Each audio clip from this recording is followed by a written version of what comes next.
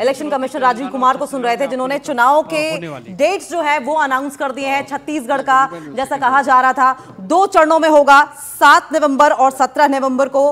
वहीं अगर मध्य प्रदेश की बात करें तो मध्य प्रदेश में 23 नवंबर को एक चरण में चुनाव होगा।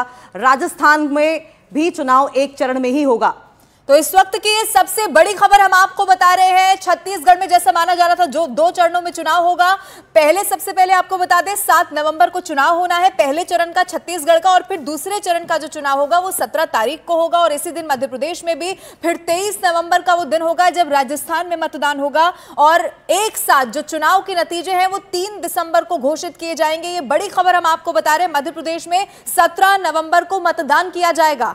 और तेलंगाना की अगर बात करें तो 30 नवंबर को मतदान होगा और 3 दिसंबर को काउंटिंग की जानकारी सामने आ रही है। और जो पूरा इलेक्शन का प्रोसेस है वो 5 दिसंबर को खत्म कर दिया जाएगा। मध्य प्रदेश में 17 नवंबर को मतदान होना है। राजस्थान के लिए 23 तारीख रखी गई है। वहीं मिजोरम में भी एक चरण में ही चुनाव होगा 7 नवंबर को, जबकि राजस्थान में 23 नवंबर को। लेकिन छत्तीसगढ़ में 7 नवंबर और 17 नवंबर की तारीख रखी गई है। 2 चरणों में वहां पर चुनाव होगा और चुनाव के जो डेट्स हैं वो अनाउंस कर दी गई हैं। और कहीं ना कहीं माना यह जा रहा है कि 23 के ये 5 राज्यों के जो विधानसभा चुनाव हैं वो 2024 का जो लोकसभा चुनाव है उसके सेमीफाइनल्स के तौर पर देखा जा रहा है।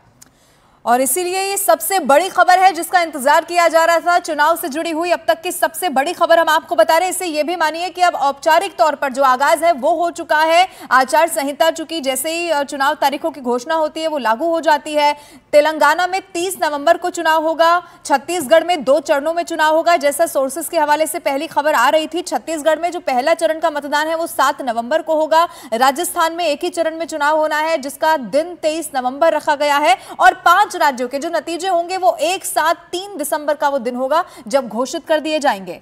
और देखिए आपको ग्राफिक्स प्लेट के जरिए भी लगातार हम आपको बता रहे हैं। देखिए राजस्थान की ग्राफिक प्लेट दिखा रहे हैं। मतदान की तारीख होगी 23 नवंबर, जबकि नतीजे 3 तारीख को आएंगे। वहीं राजस्थान की अगर बात करें तो 23 नवंबर को होंगे चुनाव, नतीजे 3 को, और 200 वहां पर सीटें हैं। और इसी तरीके से अगर हम बात मध्य प्रदेश की करें तो मध्य प्रदेश में 17 नवंबर को चुनाव होंगे, नतीजे 3 दिसंबर को आएंगे। तो कुल मिलाकर 5 राज्यों में चुनाव की तारीखों का ऐलान कर दिया है, जिसमें पहले से जो आशंका जताई जा रही थी 4 राज्यों में एक चरण में चुनाव होंगे, जबकि छत्तीसगढ़ में 2 चरण में चुनाव की तारीख का ऐलान किया गया है और नतीजे 3 दिसंबर को सामने आएंगे।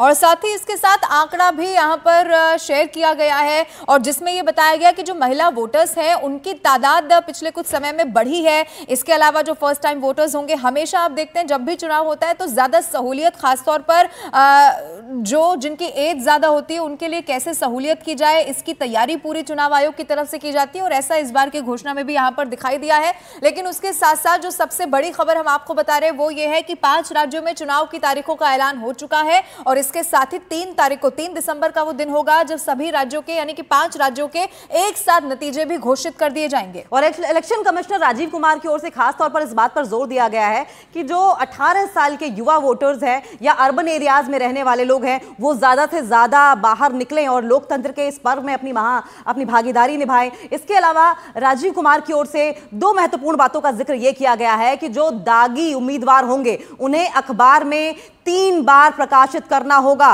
अपनी पूरी डिटेल। और इसके अलावा जो बूढ़े लोग हैं, जो वृद्ध लोग हैं, उनके लिए घर से भी वोटिंग की सुविधा दी जाएगी। तो ये 2 महत्वपूर्ण बातें थी जो राजीव कुमार की ओर से अपने संबोधन में की गई हैं। और इसी के साथ 5 राज्यों में जो चुनाव की तारीखें हैं उनका ऐलान कर दिया गया है। मध्य प्रदेश में 17 नवंबर को मतदान होगा, वहीं राजस्थान में 3 नवंबर को मतदान होगा।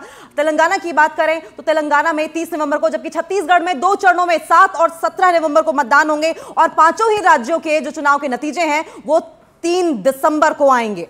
और यही माना भी जा रहा था, जो खबर लगातार सामने आ रही थी सूत्रों के हवाले से, कि जो पिछले बार का पैटर्न होगा उसी को कंटिन्यू आगे किया जा सकता है। और वैसा ही हुआ, यानी कि ये माना जा रहा था छत्तीसगढ़ में 2 चरणों में चुनाव हो सकता है जैसा पिछली बार भी हुआ था, और ऐसा ही हुआ। उसकी तारीख भी आपको बता देते हैं। छत्तीसगढ़ में 7 नवंबर को पहले चरण का मतदान होगा, फिर 17 नवंबर को, और उसी 17 नवंबर का दिन होगा जब मध्य प्रदेश में भी वोट डाले जाएंगे। और उसके बाद मिजोरम में भी चूंकि 7 नवंबर को ही मतदान होना है, फिर राजस्थान का नंबर आएगा जाएगा। 23 तारीख का दिन, 23 नवंबर का दिन वहां के लिए रखा गया है। और फिर आखिरी में तेलंगाना 30 नवंबर का वो दिन होगा जब मतदान होगा। और जब सारे ये 5 राज्य पूरे हो जाएंगे फिर 3 दिसंबर, उसके बाद जब नतीजों का ऐलान कर दिया जाएगा और एक साथ चुनाव के नतीजे घोषित कर दिए जाएंगे।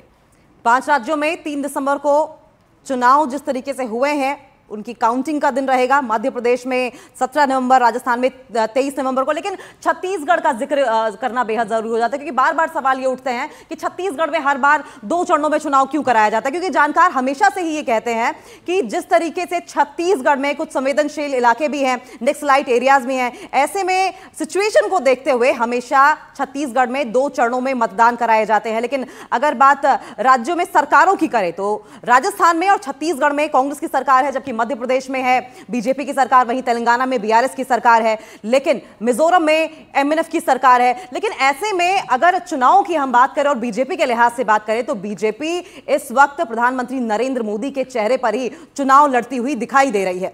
और इसीलिए धुआंधार प्रचार भी, ये जो 5 राज्य जहां पर मतदान होने हैं वहां पर धुआंधार प्रचार भी, जो तमाम सिर्फ भारतीय जनता पार्टी नहीं बल्कि जो दूसरी पार्टियां भी हैं उनके स्टार प्रचारक धुआंधार प्रचार करते हुए दिखाई दिए। खुद प्रधानमंत्री नरेंद्र मोदी बीजेपी के लिए तमाम ऐसी जगह रही जहां पर रैली करते हुए, और एक एक दिन में हमने देखा कि 2-2, 3-3 रैली अलग अलग जगहों पर उनकी तरफ से की गई। ऐसा इसीलिए क्योंकि अब विधानसभा के चुनाव में बहुत समय नहीं रह गया था। और आज आप देखिए जब चुनाव की तारीखों का ऐलान हो गया है तो आप ये समझिए कि अब ये औपचारिक घोषणा हो चुकी है कि अब विधानसभा चुनाव में बहुत दिन नहीं रह गए हैं। आचार संहिता यहां से लागू हो चुकी है और जो दिन है मतदान का, जिसको लेकर सबके मन में सवाल था कि आखिर क्या तारीख रहेगी, क्या पिछली बार में जो पैटर्न था उसमें कोई बदलाव किया जाएगा, और जो खबर थी वही हुआ। एक बार फिर से जो आप टेलीविजन स्क्रीन पर भी देख रहे हैं, हम आपको दिखा रहे हैं, राजस्थान 23 नवंबर को मतदान होगा। दूसरी तरफ आप देखेंगे नतीजे, चूंकि 3 दिसंबर का दिन है, 3 दिसंबर को ही 5 राज्यों के नतीजे आ जाएंगे।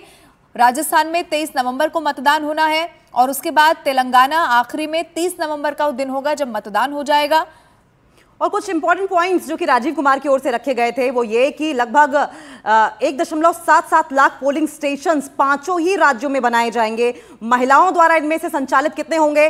8,192। 6 महीने के अंदर अंदर इस जो ये तैयारियां जो की गई हैं, प्रिपरेशंस की गई हैं, ये पूरी कर ली गई थी ताकि सबको सुविधा दी जा सके।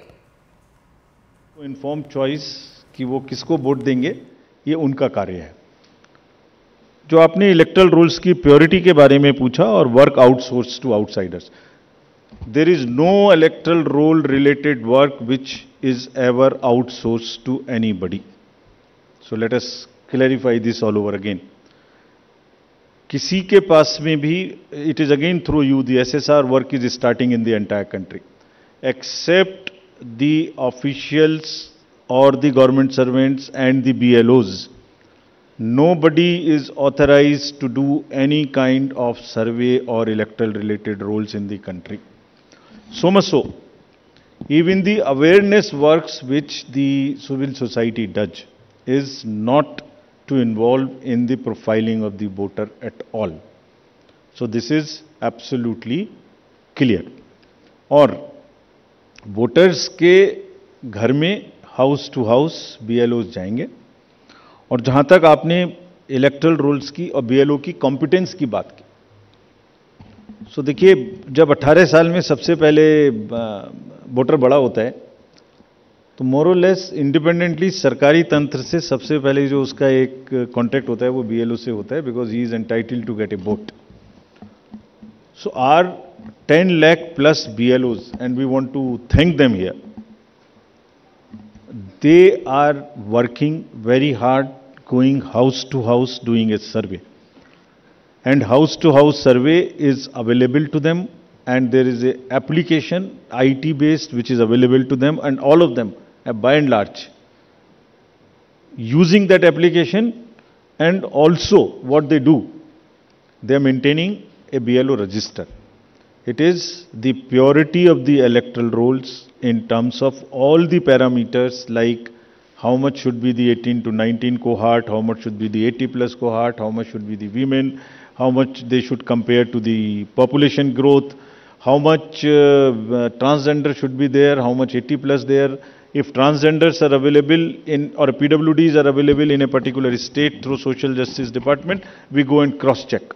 कि उसके बराबर हमारे यहाँ आ गए कि नहीं आ गए. सो electoral rolls purity is something which is our constitutional mandate, and we are very confident that we are doing it. Yeah, we'll take another round of questions. The gentleman at the last, followed by the lady over here in the middle. Yeah, the last row. Yeah, give it to him. The gentleman over there who's sitting behind you, right? Yeah, that one. Sir, मैं पीयूष पांडे हूँ, TV9 Bharatvarsh से. मेरा सवाल ये है कि freebies को लेकर के आपने उसकी क्या परिभाषा रखी है, क्योंकि चुनाव के दौरान उसकी अलग परिभाषा है और चुनाव के बाद उसकी अलग परिभाषा है. Okay, the lady in the middle, please give her the mic. Someone just hand over the mic to her. Yeah, in the middle row. Yeah. No. Yeah. Okay. Thank you, sir. Arunima from CNN News 18. Here, sir. If you could clarify for Chhattisgarh, since it's two-phase, the entire Naxal-affected area of Bastar goes to polls in first phase. If you could just clarify that. Yeah, the gentleman here in the middle row. The southern part goes to the poll in first phase. The part which is adjoining the Madhya Pradesh and to the northern side goes in the second phase. Yeah. मैं रवि त्रिपाठी हूँ जी news से. Postal ballot को लेकर आपने important बात आज कही है. क्या इस बात की शिकायत कई पॉलिटिकल पार्टी ने की और क्या इन चुनावों में इसको लेकर धांधली हो रही थी, इसका दुरुपयोग हो रहा था, इसकी वजह से ये बदलाव किया गया है पोस्टल बैलेट में जो आपने कहा है अभी हाल में? The lady over there in the fourth row, yeah. Question is related to Jammu and Kashmir Assembly elections. It's been a long time since we've been waiting for you to announce the polls. What is holding up the Election Commission in announcing these polls? And have you had any discussions with the government on scheduling of these polls? Can you just introduce yourself? I'm Bharti Jain from the Times of India. Thank you. Yeah, second row, or left. That's the last. That's the last one, yeah. Sir, मैं अरविंद हूँ दैनिक जागरण से. मेरा सवाल है freebies से जुड़ा हुआ है कि जिस तरह से पॉलिटिकल पार्टी में फ्रीवीज को लेकर प्रतिस्पर्धा बड़ी तेजी से बढ़ी है, इसको आयोग किस तरीके से देख रहा है और इस पर क्या कुछ अंकुश लगाने की भी जरूरत समझता है? Yeah, I think that's the last. That will be the last one. Sir, मैं अनिरुद्ध हूँ दैनिक भास्कर से. अभी 3 दिन पहले मध्य प्रदेश के एक लीडर ने कहा कि अगर अपने अपोजिट पार्टी के बारे में कि अगर उस पार्टी को वहां से 0 वोट मिलेगा तो मैं उस बूथ के फ्रीबीज का मामला बहुत ज्यादा उठ रहा है. ज्यादातर पत्रकार इस सवाल को इसलिए पूछ रहे हैं क्योंकि बीते कुछ ही दिन पहले सुप्रीम कोर्ट ने 2 राज्यों को, जिसमें मध्य प्रदेश और राजस्थान, और केंद्र सरकार को, चुनाव आयोग को नोटिस दिया था. और नोटिस में यह पूछा गया था, यह जवाब देने को कहा गया था कि आप चुनावी माहौल में जो लोक लुभावने वादे किए जाते हैं उसको लेकर क्या स्टैंड कर रहे हैं.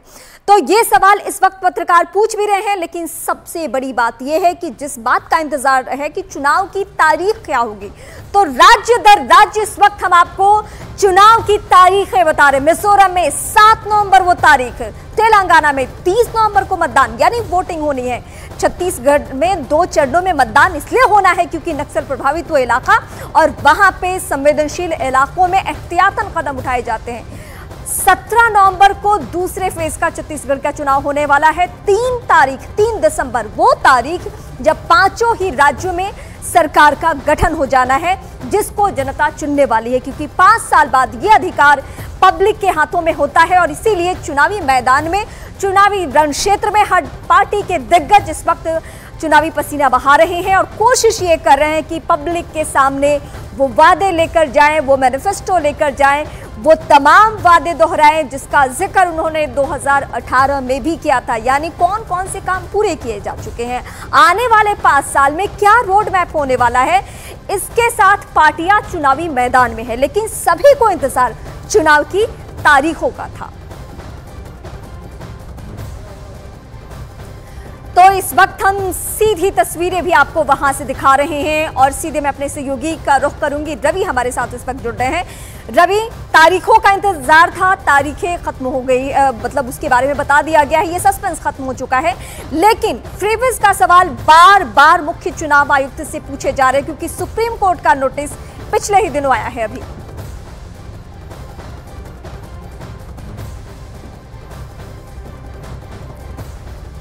रवि का हम रुख करेंगे, लेकिन एक एक करके तस्वीरें दिखानी इस वक्त जरूरी है।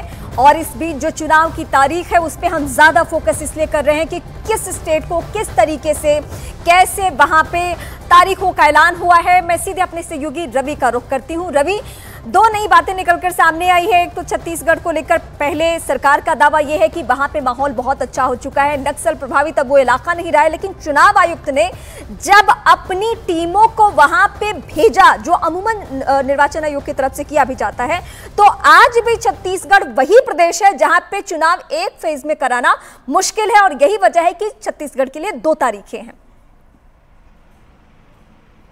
देखिए, पिछली बार यानी कि 2018 में भी जब इन 5 राज्यों में चुनाव हुए थे तो 4 राज्यों में सिंगल फेज में चुनाव हुआ था, जबकि छत्तीसगढ़ ऐसा राज्य है जहां पर जो बड़े राज्य हैं, चाहे मध्य प्रदेश हो चाहे राजस्थान हो, उनके कंपैरिजन वहां पर सीटें उतनी ज्यादा नहीं है, 90 सीटें हैं। इसके बावजूद वहां पर 2 फेज में चुनाव हुआ था। उसकी वजह यह है कि छत्तीसगढ़ के कई ऐसे विधानसभा क्षेत्र हैं, एरिया है, जहां पर नक्सल प्रभावित इलाके हैं। और पिछले दिनों हमने चाहे कांग्रेस की बात करें या चाहे बीजेपी की बात करें, दोनों ही पार्टियों की जो चुनाव प्रचार या फिर वहां पर जो रैलियां हुई हैं, वहां पर भी नक्सल जो प्रभावित इलाके हैं वहां पर खास स्ट्रेटजी बनाई गई थी। बीजेपी की भी जो रैली हुई है जिसमें 4 या से 5 ऐसे सबसे ज्यादा नक्सल प्रभावित इलाके हैं जहां पर खास स्ट्रेटजी बनाई गई थी।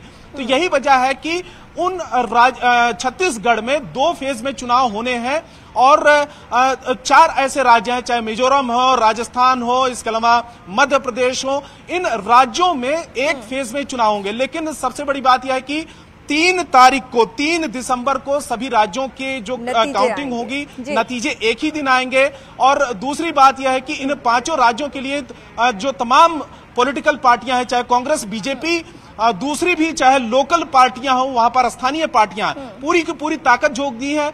पिछले कई महीनों से यहां पर रैलियां चल रही हैं, लगातार वहां पर पॉलिटिकल एक्टिविटीज हो रही हैं। और चुनाव आयोग ने जो आज अनाउंसमेंट किया, उन्होंने कहा कि 6 महीने से ही तैयारियां इन राज्यों में चल रही थी, जिससे कि पूरी तरीके से पारदर्शिता बरती जाए, किसी भी तरीके की उंगली ना उठाई जाए।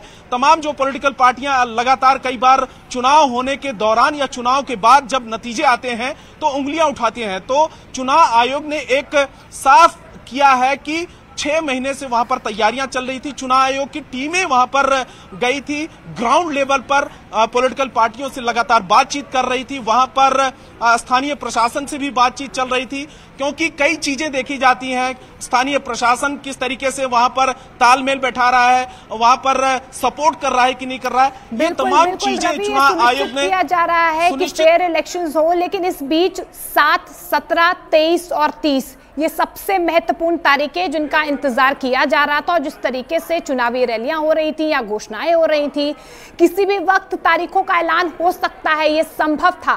लेकिन इन चुनावों के नतीजों का असर सीधे तौर पर 2024 में भी पड़ेगा। तो कहीं ना कहीं एक लिटमस टेस्ट के तौर पर इन तारीखों को देखा जा सकता है। इन राज्यों में जो चुनावी नतीजे आएंगे उन्हें देखा जा सकता है।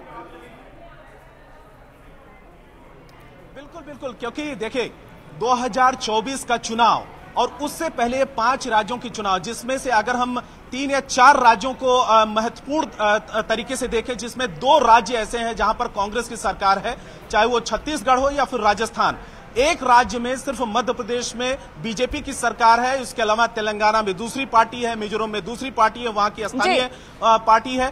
तो बीजेपी के लिए भी और कांग्रेस के लिए भी दोनों ही एक बड़ी चुनौती है 2024 के लिए, और खास करके बीजेपी के लिए कि इन राज्यों में पहली बात यह है कि मध्य प्रदेश में अपनी सत्ता को बरकरार रखना है, और दूसरी बार राजस्थान और छत्तीसगढ़ में किसी तरीके से ये कोशिश करनी है कि सत्ता हासिल हो। रवि, हम आपका रुख करेंगे देश के 3 राज्य जो कि हिंदी पट्टी के राज्य हैं, यानी मध्य प्रदेश, राजस्थान, छत्तीसगढ़, पूर्वोत्तर का राज्य मिजोरम और दक्षिण भारत का राज्य तेलंगाना। इन तमाम जगहों पे जो बीजेपी की स्ट्रैटेजी है वो क्या दिखाती है और अन्य पार्टियां क्या कर रही है, इस पे भी हम फोकस करेंगे। रवि, इस वक्त आप हमारे साथ बने रहिए।